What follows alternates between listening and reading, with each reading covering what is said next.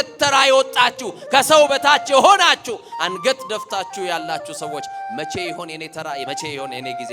አማኑኤል እንደ ሰው መታረገኝ ቀና መታረገኝ መቼ ነው? ቀን የምትጠብቁ አማኑኤል ቀና ያርጋችሁ። መድኃኔዓለም ቀን ያውጣላችሁ። ልዩ ስርዓት ውስጥ ታስረናል። በኃጢአት ገመድ ታስረናል። በዝሙት ገመድ ተተብትበን ታስረናል። በልዩ ልዩ ስርዓት ውስጥ ነው ያለነው። ዛሬ ከታሰርንበት ስርዓት ሁሉ የሚፈታው መልአክ ልኮ እግዚአብሔር ይፍታ። እሱስ ካለ ድረስ ጠላት የዘጋብንን አማኑኤል ይከፍትልናል። እሱስ ካለ ድረስ ምቀኞች የዘጉብንን መድኃኔዓለም መክፈት ይችላል። እሱስ ካለ ሟርተኞች የዘጉብንን እሱ መክፈት ይችላል። እስቲ የተዘጋባችሁ ነገር ሁሉ በለቅሶ ውስጥ ያላችሁ ሰዎች ሲመጣና ሲከፍትላችሁ ለዘላለም እንባን ከጉንጮቻችሁ ላይ ያብሳል። እንባ ማበስ ብቻ አይደለም፣ አማኑኤል የእንባ ምንጮቻችሁንም ከዓይናችሁ ላይ ለዘላለም ያደርቀዋል። ሕይወት ውስጥ ሆናችሁ ተመስገን በሉት። አታማሩ። ተመስገን ይበቃል። እግዚአብሔር ሆይ የሚኖርበት ኑሮ አንተ ታውቃለህ። እንዴት ልታሻግረኝ እንዳለ ታውቃለህ። እኔ አላልፈውም የሚለውን ነገር ሁሉ እያሳለፍ ከዚህ አድርሰኛል። ሰዎች ወደው ይጠላሉ። ሰዎች አፍቅረው ይከዳሉ። ሰዎች ስመው ይነክሳሉ። ሰዎች ወረተኞች ናቸው። ቃል የገቡልን ሰዎች የሉም። የወደዱን ሰዎች ጠልተው ሊሆን ይችላል። ያፈቀሩን ሰዎች ከርተው ሊሆን ይችላል። በየትኛውም ስብራቱ ስላላችሁ ሰዎች እሱን መስማት ስትጀምሩ ብቻ ተጠገናል። ሲዘገየባችሁ እግዚአብሔር ከልክሏችሁ እንዳይመስላችሁ የተሻለ ነገር ስለሆነ እንድትጠብቁት ነው። ጠብቁት እግዚአብሔር በትዕግስት። እግዚአብሔር ሆይ ከልክለኸኝ አይደለም፣ መቼ እንደምትሰጠኝ ታውቃለህ። የኔ ቀን አለ፣ የኔ ጊዜ አለ። አንተን እንድጠብቅ ሰይጣን እንዳይፈትነኝ ትዕግስትን ስጠኝ፣ አንተን መታገስ እንድችል እንድጠብቅህ እርዳኝ በሉት። ጠብቁት። በመጠበቂያችሁ ላይ በጸሎት ሆናችሁ እመኑ። አንዳንድ ጊዜ ነጭ ለብሰን ቤተክርስቲያን መተን ስንመለስ ራሳችንን በጽድቅ ወንበር ላይ አስቀምጠነው ነው የምንመለሰው። ኃጢአተኝነት አይሰማንም። ራሳችን አንከስም፣ አንወቅስም። በእግዚአብሔር ፊት ራሳችን ጥለን አናለቅስም። ኃጢአታችን ትዝ አይለንም። የትምህርታችንን ርዕስ ድምጻችሁን ሳትሰስቱ ከፍ አድርጋችሁ አብራችሁ ትጠራላችሁ። ተከፈተላቸው በሉ። ደስ አይልም? ደስ አይልም ወይ? እስቲ በደንብ በሉ። ተከፈተላቸው በሉ። እንዲከፈተላችሁ የፈለጋችሁ አትመስሉ። ቃሉ ራሱ ያጽናናል። ቃሉ ራሱ ያሳርፋል። በደንብ ከኔ ጋር ትጠራላችሁ። ሴቶች እስቲ ቆይ ጠብቁ። ወንዶችን መጀመሪያ ላስጠራቸው። እስቲ ተከፈተላቸው በሉ። ቆሽ እንዲከፈተላችሁ ትፈልጋላችሁ ማለት ነው። ሴቶቼ እናቶቼ ተከፈተላቸው በሉ። እሺ ይቅርታ አድርጉልኝ። ለሶስት ጊዜ አንድ ጊዜ በህብረት ለሶስተኛ ተከፈተላቸው በሉ። ምን አለላቸው? የተዘጋባችሁን ሁሉ አማኑኤል ይክፈትላችሁ። የሚከፍተውን መልአክ ይላክላችሁ። በተዘጋባችሁ ነገር ሁሉ ታላቁ መልአክ ቅዱስ ገብርኤል ይምጣላችሁ። ይህንን ቃል የምናገኘው በሐዋርያት ሥራ ምዕራፍ 12 ቁጥር 10 ላይ የምናገኘው መለኮታዊ ቃል ነው። ዛሬ በሕይወታችሁ ውስጥ ዝግትግት ላለባችሁ ነገር ሁሉ ቅዱስ ገብርኤል ልኮ ይክፈትላችሁ። ይህንን ቃል ተከፈተላቸው ብሎ በዚህ በሐዋርያት ሥራ ምዕራፍ 12 ቁጥር 10 ላይ በሩን የከፈተው አንድ የጌታ መልአክ ነው። የተከፈተለት ደግሞ የክርስቶስ እንደራሴና አገልጋይ ቅዱስ ጴጥሮስ ነው። እናቶቼ የተዘጋባችሁ የጤና በር አማኑኤል ይክፈትላችሁ። ወንድሞቼ የተዘጋባችሁን የሥራ በር አማኑኤል ይክፈትላችሁ። የተዘጋባችሁን የድል በር መድኃኔዓለም ይክፈትላችሁ። በፈረሰው ቅጥራችሁ ላይ አማኑኤል ሙሉ ሆኖ ይቆምላችሁ። የሚከፍት የሚዘጋ የተባለ የናዝሬቱ ተስፋ የማርያም ልጅ ኢየሱስ ክርስቶስ በተዘጋባችሁ ነገር ሁሉ ይምጣላችሁ። ወንጌላዊ ዮሐንስ ሲናገር እንዲህ አለ፣ ደጆች ተዘግተው ሳለ ኢየሱስ መጣ አለ። ያንተ የተዘጋብህ ነገር ላይ አንኳክቶ የሚገባ ሳይሆን የተዘጋ ውስጥ መግባት የተዘጋውን መክፈት የሚችል ኤልሻዳይ የሆነ ሁሉን የሚችል እግዚአብሔር ከእናንተ ጋር ነው። ደስ ይበላችሁ። እሱስ ካለ ድረስ ጠላት የዘጋብንን አማኑኤል ይከፍትልናል። እሱስ ካለ ድረስ ምቀኞች የዘጉብንን መድኃኔዓለም መክፈት ይችላል። እሱስ ካለ ሟርተኞች የዘጉብንን እሱ መክፈት ይችላል። እስቲ የኔ ጌታ መክፈት ይችላል በሉ። አማኑኤል መክፈት ይችላል በሉ። መድኃኔዓለም መክፈት ይችላል በሉ። እረ ይከፍታል መድኃኔዓለም። የተዘጋባችሁ ነገር ሁሉ በለቅሶ ውስጥ ያላችሁ ሰዎች ሲመጣና ሲከፍትላችሁ ለዘላለም እንባን ከጉንጮቻችሁ ላይ ያብሳል። እንባ ማበስ ብቻ አይደለም፣ አማኑኤል የእንባ ምንጮቻችሁንም ከዓይናችሁ ላይ ለዘላለም ያደርቀዋል። ኢትዮጵያውያን እናቶቼ ኢትዮጵያውያን አባቶቼ የምታለቅሱ በለቅሶ ሸለቆ ውስጥ ጤና ጎሎባችሁ በጤና ማጣት የተነሳ ከሰውነት ተራ የወጣችሁ ከሰው በታች የሆናችሁ አንገት ደፍታችሁ ያላችሁ ሰዎች መቼ ይሆን የኔ ተራ መቼ ይሆን የኔ ጊዜ አማኑኤል እንደ ሰው መታረገኝ ቀና መታረገኝ መቼ ነው ቀን የምትጠብቁ አማኑኤል ቀና ያርጋችሁ መድኃኔዓለም ቀን ያውጣላችሁ ቀን ያውጣልን ደግሞ ይገርማችኋል የኛ ነገር እንዲከፈት እግዚአብሔር ወደ ልመናችን ሲያዘነብል እግዚአብሔር ወደ ጸሎትሽ ሲመለከት የሚከፍተውን መልአክ ይልከዋል ስሙ ደግሞ ገብርኤል ነው ታማኝ የሆነ አገልጋይ የሚከፍት ብቻ አይደለም ከገባንበት ጥልቅ ጉድጓድ ውስጥ የሚያወጣ ታላቅ መልአክ ነው ወገኖቼ ምእመናን እግዚአብሔርን መስማት ስንጀምር የትኛውን በር ይከፈታል ማንንም መስማት ስንጀምር ወንጌል የተዘጋን ልቦና ይከፍታል ወንጌል የተዘጋን የህሊናን ደጅ ይከፍታል ወንጌል የተሸዋረረን የእይታችንን ያስተካክላል እግዚአብሔርን መስማት አሁን እግዚአብሔርን ካለ መስማታችን እንጂ እግዚአብሔርን መስማት ብንጀምር የተዘጉብን በእኛ ጥረት ሳይሆን እሱን መስማት ስንጀምር ብቻ ይከፈታሉ ወንጌል የተሰበረውን ሰው ጠግኖ እኮ ያቆማል እናቴ ልጆች እሱን ስሙ አሁን ጊዜያችሁን መስዋዕት አድርጋችሁ የቆማችሁ ሰዎች እግዚአብሔር እየጠገናችሁ እንደሆነ አስተውሉ የተሰበራችሁ ሰዎች ቅስማችሁ የተሰበረ ሰዎች አው ሰዎች ወደው ይጠላሉ ሰዎች አፍቅረው ይከዳሉ ሰዎች ስመው ይነክሳሉ ሰዎች ወረተኞች ናቸው ቃል የገቡልን ሰዎች የሉም የወደዱን ሰዎች ጠልተው ሊሆን ይችላል ያፈቀሩን ሰዎች ከርተው ሊሆን ይችላል በየትኛውም ስብራቱ ስላላችሁ ሰዎች እሱን መስማት ስትጀምሩ ብቻ ትጠገናላችሁ ማንን እንስማ አሁን እስቲ ጥያቄ ልጠይቃችሁ የትኛው በር ቢከፈትላችሁ ትፈልጋላችሁ አሁን ለቅሶ በቤታችን አለ የተለያየ ጉዳይ ነው የሚያስለቅሰን አንድ ማጣት ያስለቅሳል ሌላው ማግኘቱ ያስለቅሰዋል አንዱ ጤና ጎርሎበት ያለቅሳል አንድ ደግሞ ገንዘብ አጥቶ ያለቅሳል አንዱ ሰላም ደፍርሶበት ያለቅሳል አንድ በቤቱ መስማማት አቅቶ የነገር እሳት እየነደደበት በትዳሩ ያለቅሳል የመረጠው ምርጫ ደም እንባ ያስለቅሰው ያለቅሳል እምናለቅስበት ጉዳይ ይለያይ እንጂ ሁላችንም ለቅሶ ውስጥ ነው ያለነው በአገር ጉዳይ እናለቅሳለን በተለያየ ሁኔታ ውስጥ ያለን ሰዎች ለቅሶ ላይ ያለን እናለቅሳለን ምናለቅስበት ጉዳይ ተለያየ እንጂ አሁን የጤናው በር እንዲከፈትላችሁ ትፈልጋላችሁ መድኃኒት የሰለቻችሁ መርፌ የሰለቻችሁ በየኑ አመመን ማለት ራሱ ተናግራችሁ ህመማችሁን በጥርሳችሁ ነክሳችሁ ላላችሁ አማኑኤል የጤናውን በር ይከፈትላችሁ የደስታው በር እንዲከፈትላችሁ ትፈልጋላችሁ ኑሯችሁ ለቅሶ ብቻ የሆነ ኑሯችሁ ወራ ላደርስ ብሏችሁ በኑሮ የተነሳ የምትሰቃዩ ልጆቻችሁን ትምህርት ቤት ልካችሁ ማስተማር ከብዷችሁ ዛሬ በኑሮ ሸለቆ ውስጥ ያላችሁ ሰዎች ትኖራላችሁ እግዚአብሔር የደስታውን በር እግዚአብሔር የበረከትን በር ይክፈትላችሁ ማን መክፈት ይችላል እያለን ነው ስልጣን የማይመልሰውን የህይወትን ጥያቄ ማን ይመልሳል ገንዘብ የማይመልሰውን የህይወት ጥያቄ ማን ይመልሳል የልጅ በር የተዘጋባችሁ በልጅ ናፍቆት ለምትሰቃዩ የሚያበስረውን መልአክ ሲልክልህ ወንድ ልጅ ትወልዳለህ የሚያበስረውን መልአክ እግዚአብሔር ወደ ህይወታችሁ ሲልክ ገብርኤል ሲመጣ የመጀመሪያው ብስራት የመጀመሪያው ዜና እንዲህ የሚል ነው ትጸንሳለህ ትወልዳለህ የተዘጋው ነገር ተከፍቶልሃል የሰማችሁኝ ነው አይደል የደረቀው ነገር ለምልሞልሃል ዓለም ተስፋ ያስቆረጠቻችሁ በትዳራችሁ የሆነ ነገር መጠበቅ ከጀመራችሁ 5 እና 10 ዓመት ያስቆጠራችሁ ሰዎች ትኖራላችሁ ከነ ጉርለታችሁ ግን እግዚአብሔርን እያመለካችሁ ያላችሁ ከነ ጉርለታችሁ ክርስቲያን ሲሞላለት ብቻ ተመስገን የሚል አይደለም በጉርለቱ የሚያመሰግን ነው ብርሃን ዓለም ቅዱስ ጳውሎስ ሲመክረን እንደዚህ አለ አይኩትው ወበንተ ኩሉ አለን በሁሉ አመስግኑ ወጸልዩ ወትረ በሁሉ ጊዜ ሳታቋርጡ ጸልዩ በቃ ሲሞላም ሲጎርልም ተመስገን እንለዋለን እስቲ ተመስገን በሉ እናቶቼ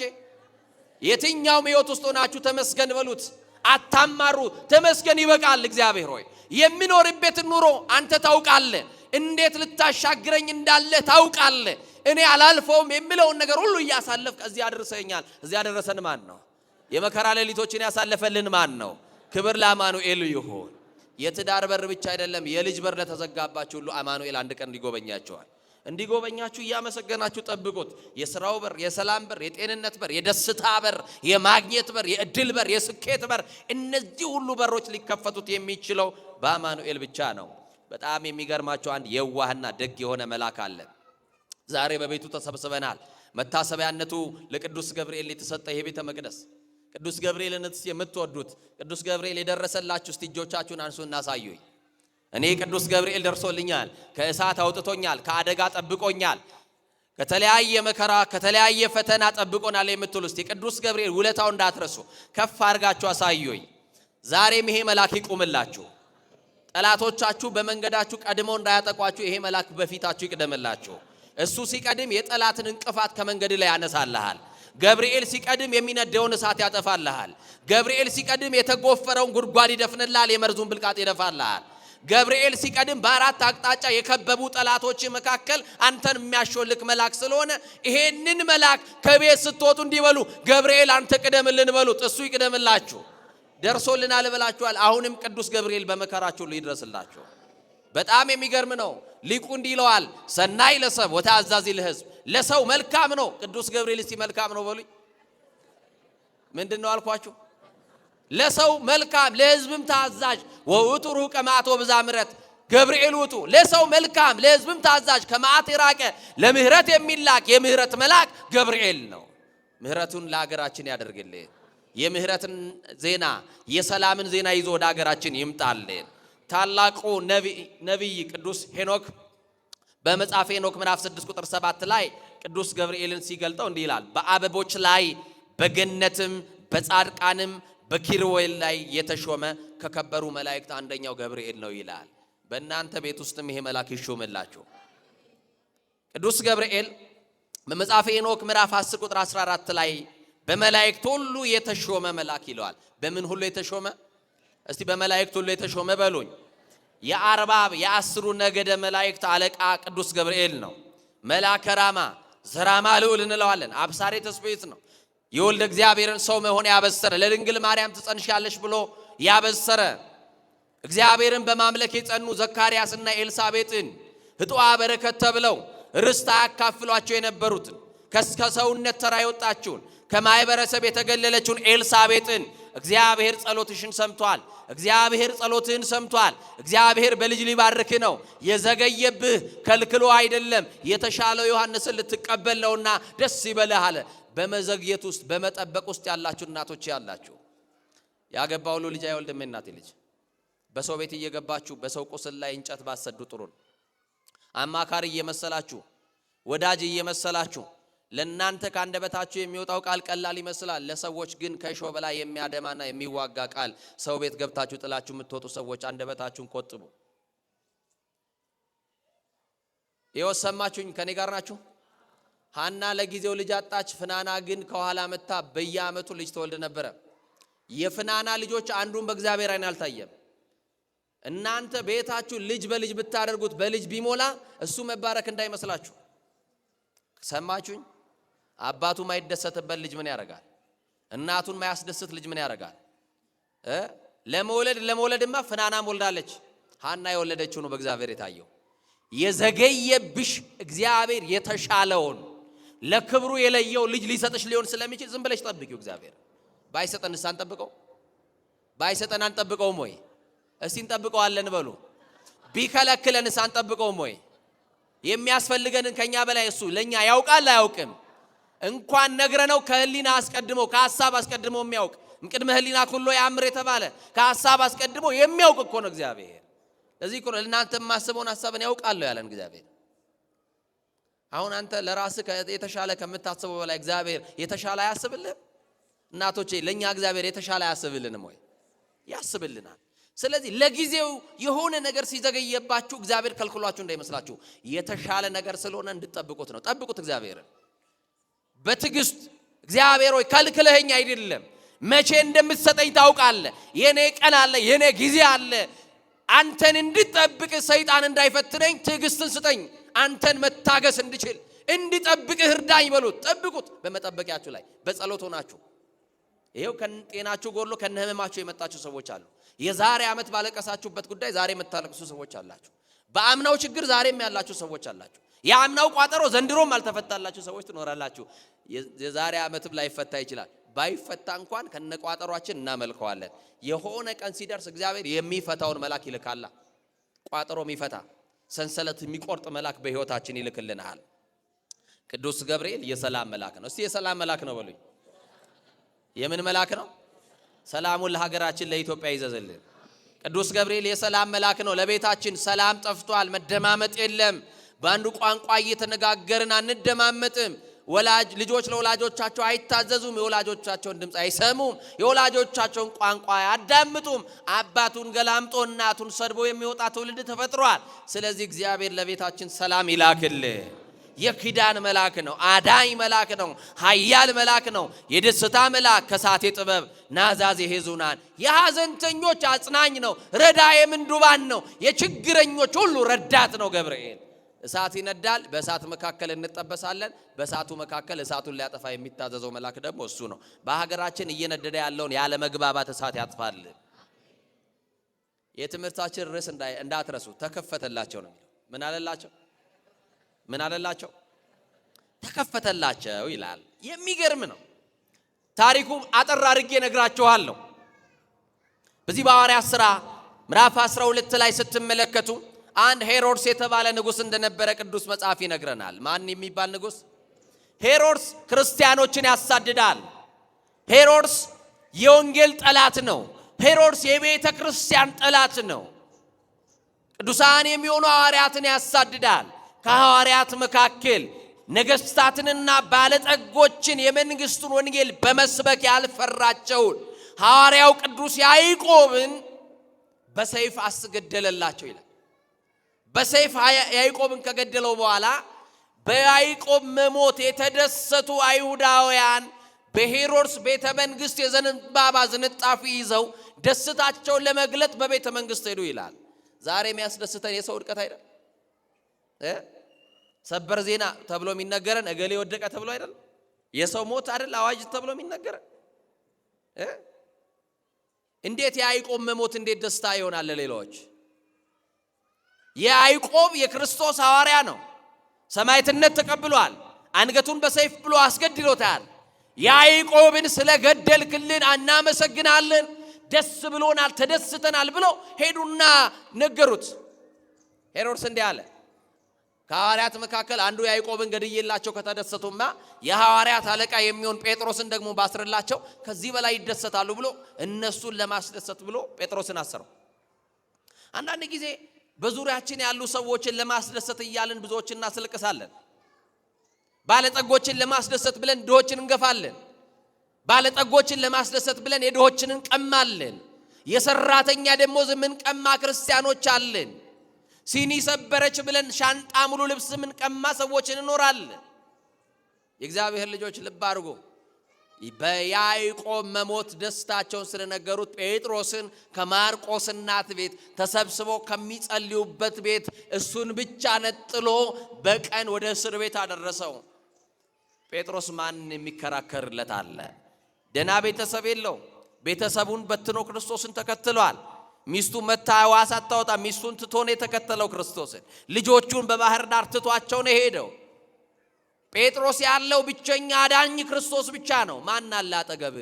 የቱ ዘመን ረድቶ እዚህ ደረስክ? የትኛው ደና ቤተሰብ አገዘሽ? እዚህ ለመቆምሽ እስቲ የረዳሽ የሰው እጄ ማን ነው? እስቲ ወንድሜ ማን አግዞን እዚህ የደረስከው? አግዞን የደረስነው ደግፎን የደረስነው ጠብቆቱ ያልተለየን እግዚአብሔር ብቻ ከኛ ጋር ስላለ ነው እዚህ የደረስነው። ሺህ በሚገፉ ሰዎች መካከል ያቆመን እኮ እግዚአብሔር ብቻ ነው። እና ይገርማችኋል፣ ጴጥሮስ ምን ዘመድ አለው? ዋስ ሆኖ የሚያስፈታው የለውም። ጠበቃ ሆኖ የሚያስፈታው የለውም። ጴጥሮስ ወደ እስር ቤት ሲሄድ አብሮት የታሰረው ክርስቶስ ነው። እሱም ብቻ ይዞት ሄደ። ከጴጥሮስ ጋር የነበረው መድኃኔዓለም ነው። ጴጥሮስ የሚያገለግለው ክርስቶስ፣ ጴጥሮስን ለአገልግሎት የለየው ክርስቶስ፣ ጴጥሮስም ለአገልግሎት የተለየለት ክርስቶስ፣ ጴጥሮስን ድጋሚ በንስሐ አጥቦ ያቆመው ክርስቶስ ነው። በጴጥሮስ መታሰር ምክንያት በቤተ ክርስቲያን ጸሎት ይደረግ ነበር ይላል። ምእመናን ለእናንተ ቤተ ክርስቲያን ለልጆቿ ትጸልያለች ስለታሰሩት ብላ። ይኸው በእንተ ቅድሳት የሚለውን ጸሎት በቅዳሴ ላይ ስሙ። ስለታሰሩ ወገኖቻችንን ማልዳሃለን ትላለች። አዎ በልዩ ልዩ ስራት ውስጥ ነን። አስማተኛ ያሰረው አለ፣ ጠንቋ ያሰረው አለ፣ መተተኛው ያሰረው አለ፣ ክፉዎች ያሰሩት አለ፣ በሐሰት ምስክር ደግሞ በገዢዎች ቀንበር ወድቀው የታሰረ አለ። በልዩ ልዩ ስራት ውስጥ ታስረናል። በኃጢአት ገመድ ታስረናል። በዝሙት ገመድ ተተብትበን ታስረናል። በልዩ ልዩ ስራት ውስጥ ነው ያለነው። ዛሬ ከታሰርንበት ስራት ሁሉ የሚፈታው መልአክ ልኮ እግዚአብሔር ይፍታል። እና ጴጥሮስ እስር ቤት ሲሄድ በጴጥሮስ ምክንያት እየተከተሉ ጴጥሮስ እኮ ንጹህ ሰው ነው ያሉ የጴጥሮስ መልካምነት የሚያስረዳ ሰው አልተፈለገም። ለጴጥሮስ ብቸኛው መፍትሄ መጸለይ ነው። በቃ የታሰረብህ ነገር እንዲፈታልህ መጸለይ ነው። መንበርከክ ልመዱ። በራችሁን ዝጉና ተንበርከኩ። በእግዚአብሔር ፊት ኃጢአታችሁን እመኑ። አንዳንድ ጊዜ ነጭ ለብሰን ቤተክርስቲያን መተን ስንመለስ ራሳችንን በጽድቅ ወንበር ላይ አስቀምጠነው ነው የምንመለሰው። ኃጢአተኝነት አይሰማንም። ራሳችን አንከስም፣ አንወቅስም። በእግዚአብሔር ፊት ራሳችን ጥለን አናለቅስም። ኃጢአታችን ትዝ አይለንም። አያችሁ፣ ብዙ ጊዜ የተሻልን አርገን እኛ የተመረጥን ስለሆንን ብቻ እኛ ንጹህ ራሳችንን አንጽተን ብቻ ቀድሰን በሆነ ወንበር ላይ ራሳችንን የሰጠነው የራሳችን የከፍታ ወንበር ላይ እዛ ላይ ያስቀምጠነው ነው የምንመለሰው። ለኃጢአታችን ሳናለቅስ የሰው በደል ስንቆጥር፣ የሰው ቁንጮ ስንነጭ፣ የሰው ጎፈሬ ስናበጥር ይኸው ዘመናችን አጠረብን። እና ጴጥሮስ ታሰረ። ከአንድ ሰው አልተከተለውም። ጴጥሮስን ምን ያረጋል? የምን ዋስ መጥራት ነው? አያችሁ፣ በራቸውን ዝግት አደረጉና መጸለይ ጀመሩ። በዚህ በጾማችሁ ሰዓት ከስራታችሁ እንድትፈቱ፣ የበደል ስራት እንዲፈታላችሁ፣ አያችሁ፣ ከኃጢአት ስራት እንድትላቀቁ መንበርከክን ልመዱ። በቃ ጴጥሮስ ታስሯል ብለው በር ዘግተው ይጸልያሉ ወደ እግዚአብሔር። የናዝሬቱ ተስፋ የማርያም ልጅ ኢየሱስ ክርስቶስ ጴጥሮስን ከእስር ሊፈታው እንደሚችል አይደለም። ጴጥሮስን ከታሰረበት ከገዢዎች እስራት ይቅርና ክርስቶስም ከዘላለም ሞትም እኮ ፈቶናል። ከዘላለም እስራት እኮ ፈቶናል። እውነት ሐሰት? በዲያብሎስ 5500 ዘመን ታስረን ከነበርንበት እስራት እኮ የገላገለን ክርስቶስ ነው። እና ጴጥሮስ ወደ እስር ቤት ገባ። እነዛ ያለቅሱለታል። ሄሮድስ አንድ መመሪያ ያስተላለፈ። በደንብ አድርጋችሁ ስሙኝ። ጴጥሮስ አንድ ሰው ነው። ጴጥሮስ መታሰር ያለበት ነፍሰ ገዳዮች፣ ወንጀለኞች በሚታሰሩበት ቤት ውስጥ አድርጋችሁ ሰሩት ተባለ። ጴጥሮስ ጥፋቱ ምንድነው ከተባለ ምንም ጥፋት የለበትም። አይሁዳውያንን ለማስደሰት፣ ፈሪሳውያንን ለማስደሰት ነው ጴጥሮስ የታሰረው። እና ይገርማል። ጴጥሮስም ዝም ብሎ በጸጋ ምን አጠፋው እያለ ጥያቄ ጥፋቱን አይጠይቅም። ዓለም ትጠላችኋለች፣ በዓለም የተጠላችሁ ትሆናላችሁ ተብሏል። ዓለም የክርስቶስ የሆነውን የእግዚአብሔር የሆነውን እንደማትወድ የታወቀ ነው። በጸጋ ወደ እስር ቤት ገብቷል ጴጥሮስ። እስር ቤት ውስጥ እንዳለ ጴጥሮስ መመሪያው ተላለፈ። ምን የሚል?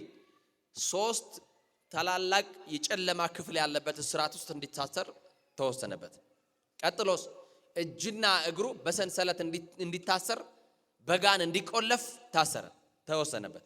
አሁን ጴጥሮስ አንድ ክፍል ውስጥ እንደው 4 በ4 በሆነች ክፍል ውስጥ እጁንም እግሩንም ሳያስሩ በሩን ቢቆልፉበት አይበቃ? ሄሮድስ አንድ የሚያምነው ነገር አለ። ጠላት እኮ በአፉ አይመስክር እንጂ እኮ በልባቸው ያምናል። እኛ የምንሰግድለት ጌታ ከየትኛው እስራት ሊፈታን እንደሚችል እኮ ጠላት ያውቃል። አንተ ጠዋትና ማታ በፊቱ ወድቀ የምትሰግድለት ጌታ ከየትኛው እስራት ሊፈታ እንደሚችል ጠላት እኮ ጠንቅቆ ያውቃል። አንተ የምትንበረከክለት መድኃኔዓለም፣ አንተ የምታመልከው መድኃኔዓለም ከየትኛውም የጠላት እስራት ሊፈታ እንደሚችል ጠላት ጠንቅቆ ያውቃል። ስለዚህ ወደ ቤተ ክርስቲያን ስትመጡ ፈተና የሚጀምራችሁ እንደምትፈቱ ጠላት ስለሚያውቅ፣ ወደ ቅዳሴ ስትመጡ ጫማችሁ ወልቆ መቅደስ ስትረግጡ የምትፈቱበትን እስራት ስለሚያውቅ ዲያብሎስ በፈተና ውስጥ አይደለም ያስጨንቃችሁ። አሁን ጠዋት ቅዳሴ ያስቀድሳለሁ ብላችሁ ስታስቡ ያልተለመደ የሆነ ፈተና ያመጣባችሁና ይሄውና አጅሬ ነጅሰኝ ይሄው እንደዚህ ትላላችሁ አይደል? ለምን ይመስላችኋል?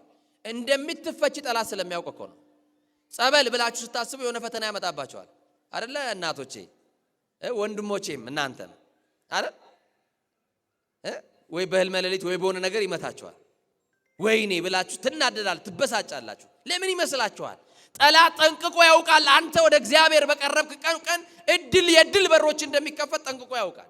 የስኬት በሮች፣ የደስታ በሮች፣ የሰላም በሮች፣ የፍቅር በሮች፣ የሥራ በሮች እንደሚከፈት ያውቃል። እንደምትፈታ ያውቃል። ድጋሚ ሰው እንደምትሆን ያውቃል ዲያብሎስ።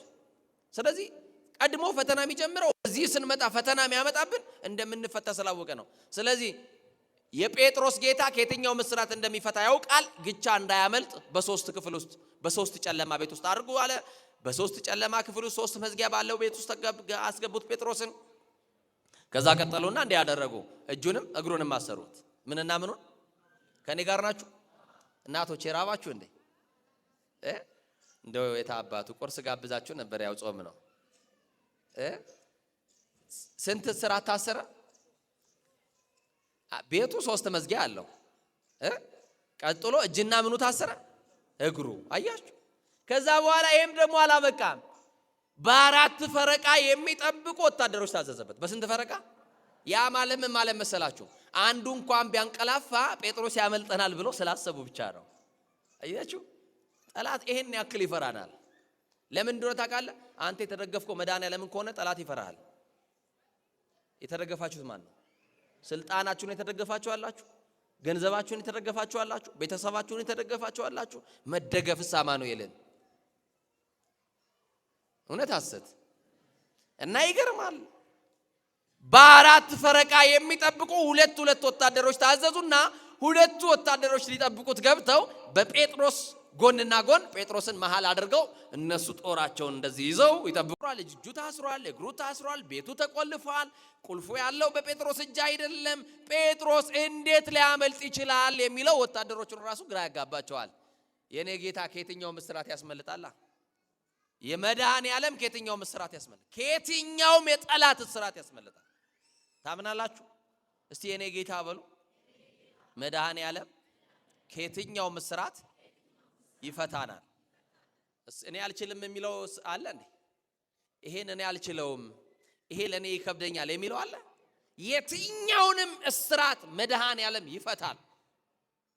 የምናመልከው ጌታ ይፈታል። እና ይገርማል። ጴጥሮስ ተኝቷል።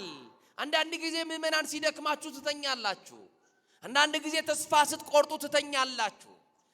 ተነስቶ መጸለዩን ተነስቶ ማንባቱን ትጋሃ ሌሊቱን ታቋርጣላችሁ። ያንን የጸሎት መጽሐፋችሁን ትከድኑትና በቃ ምን አገኘው?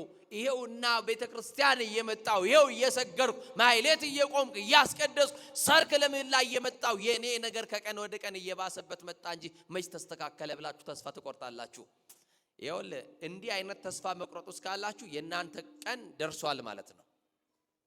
የሰማችሁ ይናራ የምትፈቱባት ሰዓት ደርሳለች ማለት ነው። የምትጎበኙባት ሰዓት ደርሳለች ማለት ነው። ተስፋ እንዳቆርጡ የከደንከውን ጸሎት መጽሐፍ ግን ድጋሚ ሌሊት ተነስቶ ማንሳት ነው።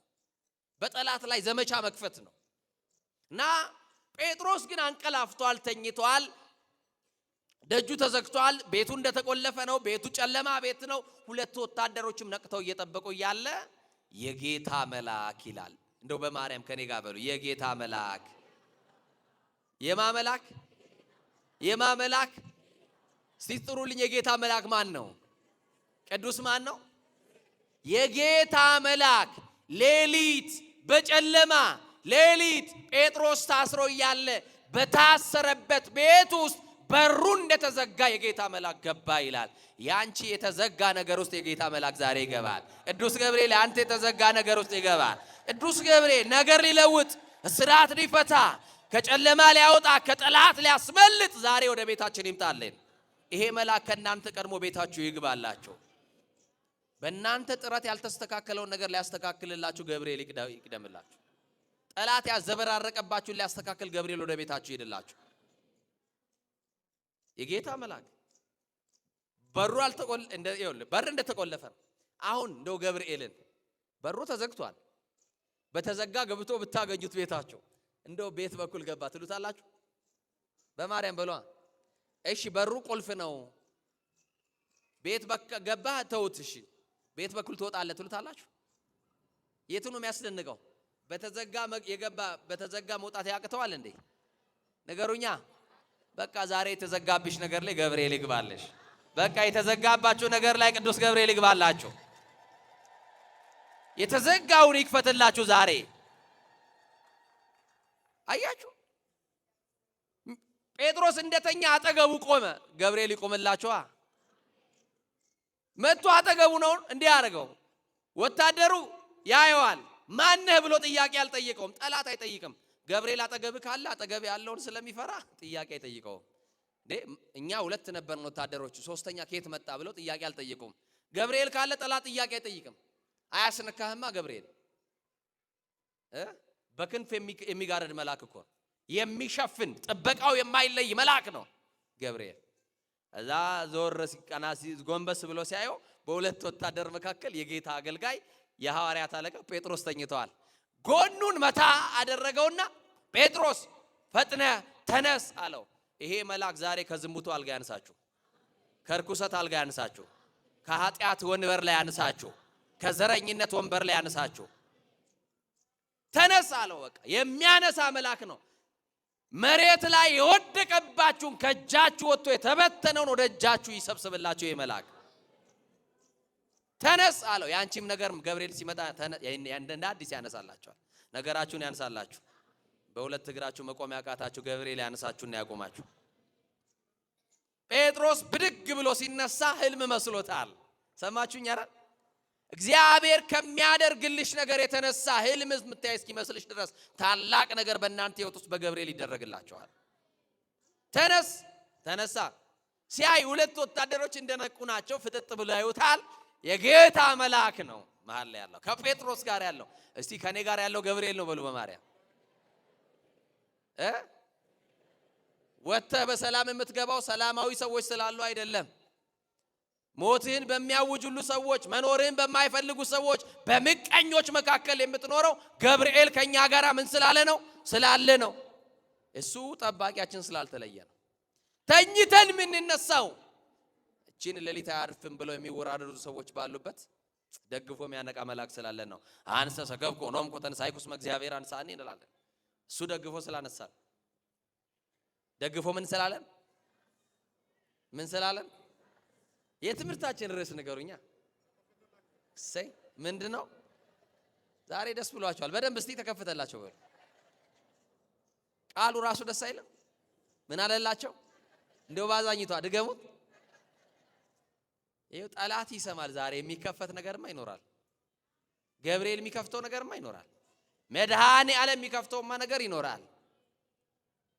በእምነት ይደረግልና ነው አይደረግም። ከዛ በኋላ አንድ መመሪያ ብቻ ሰጠው ገብርኤል። እኔ ከፊት ቀድማለሁ ከኋላ ተከተለኝ አለ። ገብርኤል ይቅደምላችሁ ከፊት፣ እኛ እንከተላለን፣ እሱ ይቅደምልን። ወተን በሰላም እንድንገባ ገብርኤል ይቅደምልን። ተኝተን እንድንነሳ ገብርኤል ይቁምልን። እኔ ከፊት ሄዳለሁ አለ። እናቶቼ ባለማወቅ ገብርኤል ይከተላችሁ እንዳትሉ እሺ። ገብርኤል ይቅደምላችሁ ነው። እሱ ነው መቅደም ያለበት። የጠላት እንቅፋት እንዳያገኘን እሱ ይቅደምልን። ከመንገድ የተቀመጠውን የጠላት እንቅፋት እኮ የሚያነሳው ገብርኤል ነው። መረብ ይወጥራል ጠላት፣ የመረቡን የሚበጣጥሰው ገብርኤል ስለሆነ እና ገብርኤል እኔ ከፊት ሄዳለሁ አንተ ተከተለኝ አለው። በሩ እኮ እንደተዘጋ ነው። መክፈቻ ይዞ አይደለም ገብርኤል የሚሄደው። መክፈቻው የተቀመጠው በመቶ አለቃው እጅ ነው። በወታደሮቹ አለቃ እጅ የተቀመጠ ነው። ገብርኤል ጋር የሌለማ ምን መክፈቻ አለ? ሁሉን የሚከፍት ቁልፍ አለው። ይከፍታል አይከፍትም? ከማተልኮ ማናዞት ስለመጣ ማልኮት ስለመጣ በሩ ጋር ሲጠጋ በሩ ራሱ ይከፈታል። በሩ ጋር ሲጠጋ በሩ ይከፈታል። ሁለት በሮችን አሳለፈው። የተዘጋው የናንተ ሁለት በር ይሁን፣ የጤናና የሰላም በር እሱን ይክፈትላችሁ። የሥራና የበረከት በር ከሆነ እሱን ይክፈትላችሁ። የትዳርና የልጅ በር ከሆነ እሱን ይክፈትላችሁ። ሁለቱም በር ካወጣው በኋላ ወታደሮቹ አይከተሉም፣ ቆመው ያያሉ። እንዳው እንደዚህ ብዬ ልበላችሁ፣ ጠላቶቻችሁ አይናቸው እያየ እናንተን ነጥቆ ከሳት ውስጥ የሚያወጣ መልአክ ይላክላችሁ። በጠላት መካከል የሚያስመልጥ መልአክ ይላክላችሁ። ከጠላት ቤት ወዳጅ የሚሰጠው እግዚአብሔር ያስመልጣችሁ።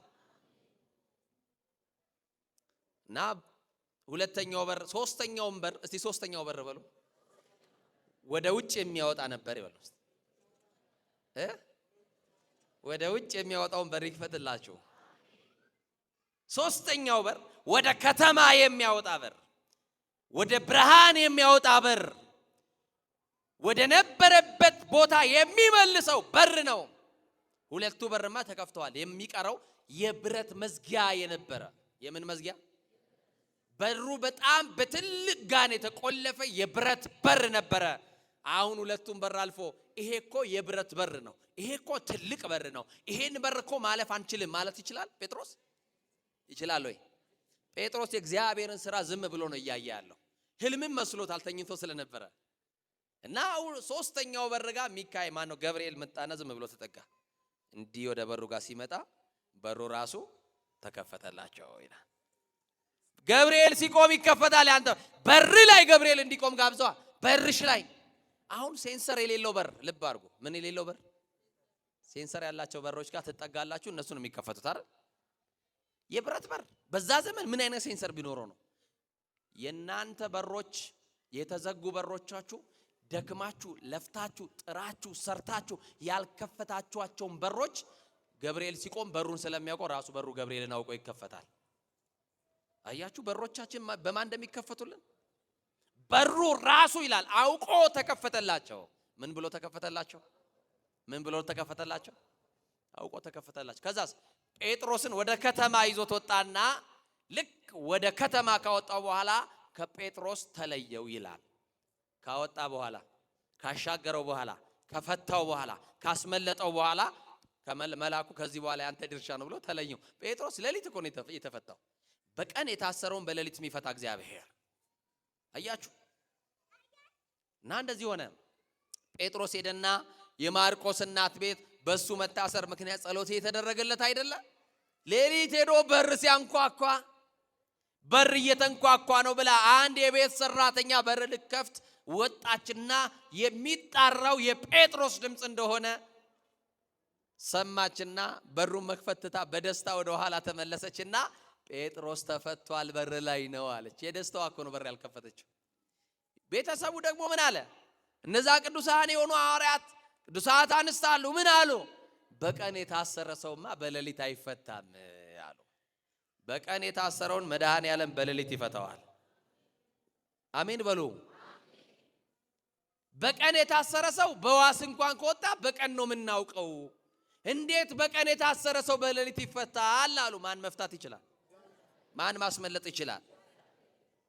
እና እንዴት ይሆናል ብለው መከራከር ሲጀምሩ አይ ጴጥሮስ ነው ሲሉ እንዲህ ብለው አሉ፣ የጌታ መልአክ እንዳይሆን አሉ። አሁን ሌሊት በራችሁ ቢንኳኳ እንደው ሚስቶች ተነስ እስቲ ሌባ ሳይሆን አይቀርም ባትሪ ዘውጣ ነው የምትሏቸው። ወንድሞቼ እናንተም እንዴ አብረን እንውጣ እንጂ ማንን ነው የምታጋፍጪው? ብቻዬን ወጥቼ ደግሞ ልትሉ ትችላላችሁ። ደግሞ ደፈር ቆፍጠን ያለ ሰው ደግሞ የታባቱ ብሎ ሊወጣ ይችላል። ያው አላውቅም፣ ግን በር ቢንኳኳ ሌሊት ሌባ ነው ልትሉ ትችላላችሁ አይደል? እዛ ቤት ያለውን እምነት አያችሁ። ሌሊት በር ሲንኳኳ ማን ነው አሉ? የጌታ መልአክ ነው። እስቲ የጌታ መልአክ ነው በሉ።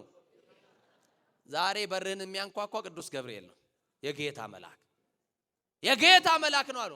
አይደለም ጴጥሮስ ነው ስትል እንግዲያው በሩን እንክፈት ብለው ሄደው በሩን ሲከፍቱ ጴጥሮስ ነው። በቀን የታሰርከው እንዴት በሌሊት ተፈታ ሲሉ የጌታ መልአክ በእስር ቤት ውስጥ መጣና አገኘኝ፣ ጎኔን መታና አነሳኝ። እኔ ቀድማለሁ ተከተለኝ አለ። እኔ እሱን መከተል ሲጀምር በሮች ሁሉ ተከፈቱ አሉ። ገብርኤል ከፊት ሲቀድም ሁሉ በሮች ይከፈቱልናል።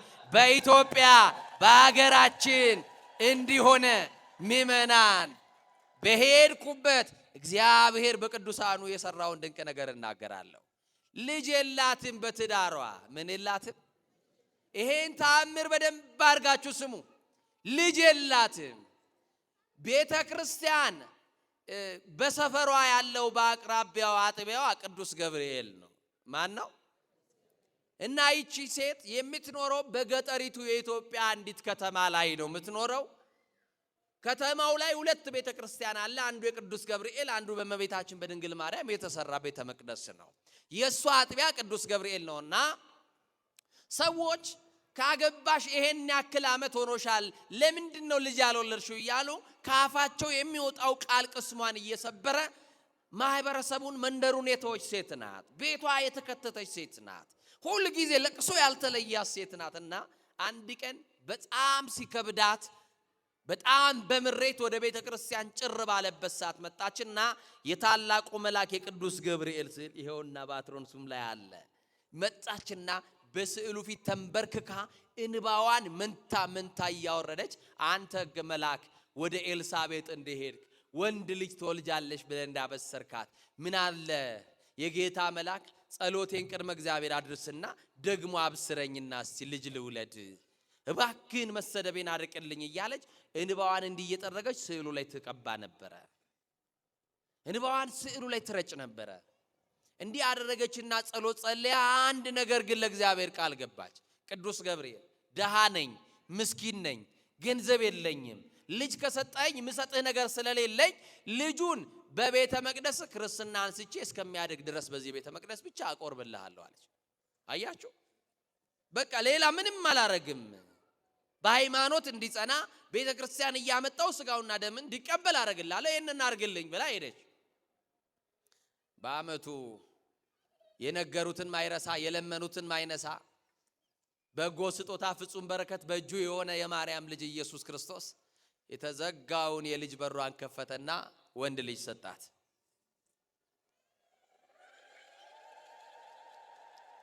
ወንድ ልጅ ወለደች። ከዛ በኋላ ያ ሁሉ የለቅሶ ዘመን አለፈ። የሰደቧት፣ ያሽማጠጡባት፣ ያሟት፣ የቦጨቋት፣ የከታተፏት አቤት እኛ ስንችልበት፣ አቤት መቆራረጥ፣ አቤት መከታተፍ፣ አቤት አሁን ጎመን እየበላን ግን ስጋው ተጀምሯል። አሁን ዝልዘላው፣ ቡጨቃው፣ አቤት ሀሜቱ አያደርስ እኮ ቤተ ክርስቲያን መተን መቅደስ ውስጥ እኮ ምናማገው ደፋሮች ነን እኮ ታውቃላችሁ። ነጠላችን ብቻ አፋችን ላይ ጣል እናደርግና ይኸው መጣ እኮ ገሌል ነው እንዲህ ነው የምንባባለው። ኧረ እግዚአብሔር ይማረን በእውነቱ። በምህረት አደባባይ ቆመን እንኳን ነገረኞች ሆነናል፣ ሰው ምናማ ሆነናል። እና እግዚአብሔር መቼም እንደው ለአፋችን ጠባቂ አኑርልን። ቅዱስ ዳዊት የጸለየው እንደዛ ስላለ ጠባቂ አኑርልን። እና ይገርማችኋል እነዛ የሰደቧት ሁሉ እንኳን ማርያም ማረችሽ እያሉ የደስታዋ ተካፋይ ሆኑ። ጠላት እንደዚህ አፈረላት። ጠላቷ ማን አሳፈረላት? የሰደቧትን ያሽሟጠጡባት ማን አሳፈረላት? ማን በልጅ ባረካት? ልጅ መስጠት የሚችል ሰው አለ ወገኖች? ልጅ መስጠት የሚችል ባል አለ ወይ? ልጅ የማስጦታ ነው። የማስጦታ ነው። የሌላችሁ እግዚአብሔር የተባረከ ልጅ ይስጣችሁ። ለሐና ሳሙኤልን ሰጥቶ እንደ ካሳት ለክብሩ የተለየ ልጅ እግዚአብሔር ይስጣችሁ። ለጸጋ ዛብ ተክልየል ለስምዖንና ለአቅሌስያን ገብረ ሕይወትን የሰጠ እግዚአብሔር ለፍሬ ብሩክና ለዮስቴና ሀብተ ማርያምን የሰጠ ለእናንተም የተባረከ ዘር ይስጣችሁ። እና ይገርማልና በደስታዋ ብዛት የተነሳ የልጁ ክርስትና ቀን ደረሰ። የት ነው አስነሳለሁ ያለችው? የት ነው? ቅዱስ ገብርኤል። እና ልትታረስ የሄደችው እናቷ ቤት ስለነበረ የእናቷ ቤት ደግሞ ማርያም ቤተክርስቲያን ጋር። የት ቤተክርስቲያን? እንዲህ አሏት። ገብርኤልም ቤተክርስቲያን ነው፣ ማርያምም ቤተክርስቲያን ነው። ያው ነው ዋናው ክርስትና መነሳቱ ስለሆነ እዚህ ቤተክርስቲያን ክርስትናውን አንሺ ያሏትና ማርያም ቤተክርስቲያን ሄደ ልጁ። ጥምቀተ ክርስትናን ተጠመቀ፣ ወደ ቤተ መቅደስ ገባ። አብራት ምንድነው የምትሉት እናንተ? ክርስትና እናንተ ስታነሱ አብሮ የሚያቋቁማችሁ ሰው አለ አይደል? ሕፃኑን ያዘችላት ልጅ ነበረች። የሚቆርብበት ሰዓት ስጋ ወደ ቅዱስ ቁርባኑ ሕፃኑን ጠጋ ሲያደርጉት ሕፃኑ አይኑ እንደጨፈነ ነው። ኧረ ተኝቷል ቀስቅሾ አሉ ቄሱ። ከዛ አይኑን ሲያርጉ አይኑ እንደዛው ገልጦ ቀረ። ምንድነው ሲሉ ልጁ እኮ ሞቷል አሉ ካህኑ። ልጁ ምን ብሏል? እና እናት ደነገጠች፣ የያዘችውም ልጅ ደነገጠች። ልጅሽ እኮ በሕይወት የለም እያየሽ ነው፣ ቀዝቅዟል እኮ አሏት። ምን አለች እናት? እንባዋን እያረገፈች እየተንቀጠቀጠች ቅዱስ ገብርኤል አንድ ነገር በድያለሁ፣ ቃሌን አጥፌያለሁ፣ ስለቴን በልቻለሁ፣ አሁን አስታውሻለሁ፣ ቅጣት ነው ይገባኛል፣ ግን በልጅ አትቅጣኝ። በልጅ ያለቀስኩበት ቀን ብዙ ጊዜ አልቅሻለሁ በልጅ፣ ዛሬም ድጋሚ በልጅ አላልቅሳለችና እንዲህ አለችው ለካህኑ። ቄስ ባለ መድኃኒት ነው አባቴ ካህኑ። ሬሳ ነው አስከሬን ነው አውጪው እያልከኝ ነው አይደል? አዎ የክርስቶስ ደም ከኃጢአት ሁሉ ያነጻናል እያላችሁ የምታስተምሩን እናንተ ናችሁ። የክርስቶስ ደም ልጄንም ከሞት ያነሳዋልና እባክህ እምቢ እንዳትለው፣ በጣትህ አድርገህ አፉ ላይ ደሙን ብቻ አድርግልኝ፣ ልጄ ይነሳል አለች። ይሄን እምነት ለኛ ያርግልን። አሜን በሉ። ይሄን እምነት ለኛ ያርግልን። እናቶቻችን እኮ ድሮ እንደው ሲያማቸው ሌሊት ታመው ሲያድሩ ጠዋት ሆስፒታል አይደለም የሚሄዱ፣ ለባሎቻቸው ሁሉ ሳይነግሩ ለልጆቻቸው ሳይነግሩ ኪዳን ለማድረስ በሌሊት ከነህመማቸው ይመጡና ኪዳን የሚያደርሱባት ቦታ ጫማቸውን ውልቅ ያደርጋሉ። እኔ ክፍለ ሀገሩን ነው ማወራችሁ። ከዛ በኋላ ውልቅ ያደርጉ ይቆሙና የኪዳኑ ጸሎት እንዳለቀ ያቺን ጤዛዋን ታውቃላችሁ፣ ሳር ላይ ያለችዋን ጤዛ ብስብስ ያደርጉና መድኃኔዓለም አንተ ፈውሰኝ፣ ስላሴ አንተ ፈውሰኝ ይሉና የታመሙት ቦታ ላይ እሽት አድርገው ድነው ወደ ቤት ይመለሱ ነበር። እናቶቻችን ዛሬ ድሮ እምነት አለን? አሁን እንደ ድሮ እናምናለን? ብዙ በመጸለይ ብዙ ጸበል በመቀበል ብዙ ገዳም በመሄድ ነው ምን የሚመስለን? እና ይሄ እምነት ነበራትና ካህኑ እንደ እምነትሽ ይደረግልሽ እኔ አልከለክልሽም አለና በጣቱ አርጎ እንዲህ በእጁ በጣቱ ጠምቶ አፉ ላይ ሲያስቀምጥለት አይኑን ግልጥ አደረገ። ይሄ የሆነው በቅዱስ ገብርኤል ቤተክርስቲያን በቅዱስ ገብርኤል ቤተክርስቲያን ተስላ በስዕሉ ፊት ወድቃ ልጅ አገኘች። ልጁ ቢሞትባትም ቅዱስ ገብርኤልን ጠርታ ከሞት ተነሳላት። የሞት ያክል የረሳችሁትን ነገር ቅዱስ ገብርኤል ያንሳላችሁ። እና ዛሬ ምን አለላቸው እያልኩሽ ተከፈተላቸው። የጤና በር እንዲከፈትልን፣ የልጅ በር እንዲከፈትልን፣ የተዘጉብን በሮች ሁሉ በቅዱስ ገብርኤል አማላጅነትና ጸሎት እንዲከፈትልን ጌታ መንፈስ ቅዱስ ሁላችንን በቸርነቱ ያግዘን።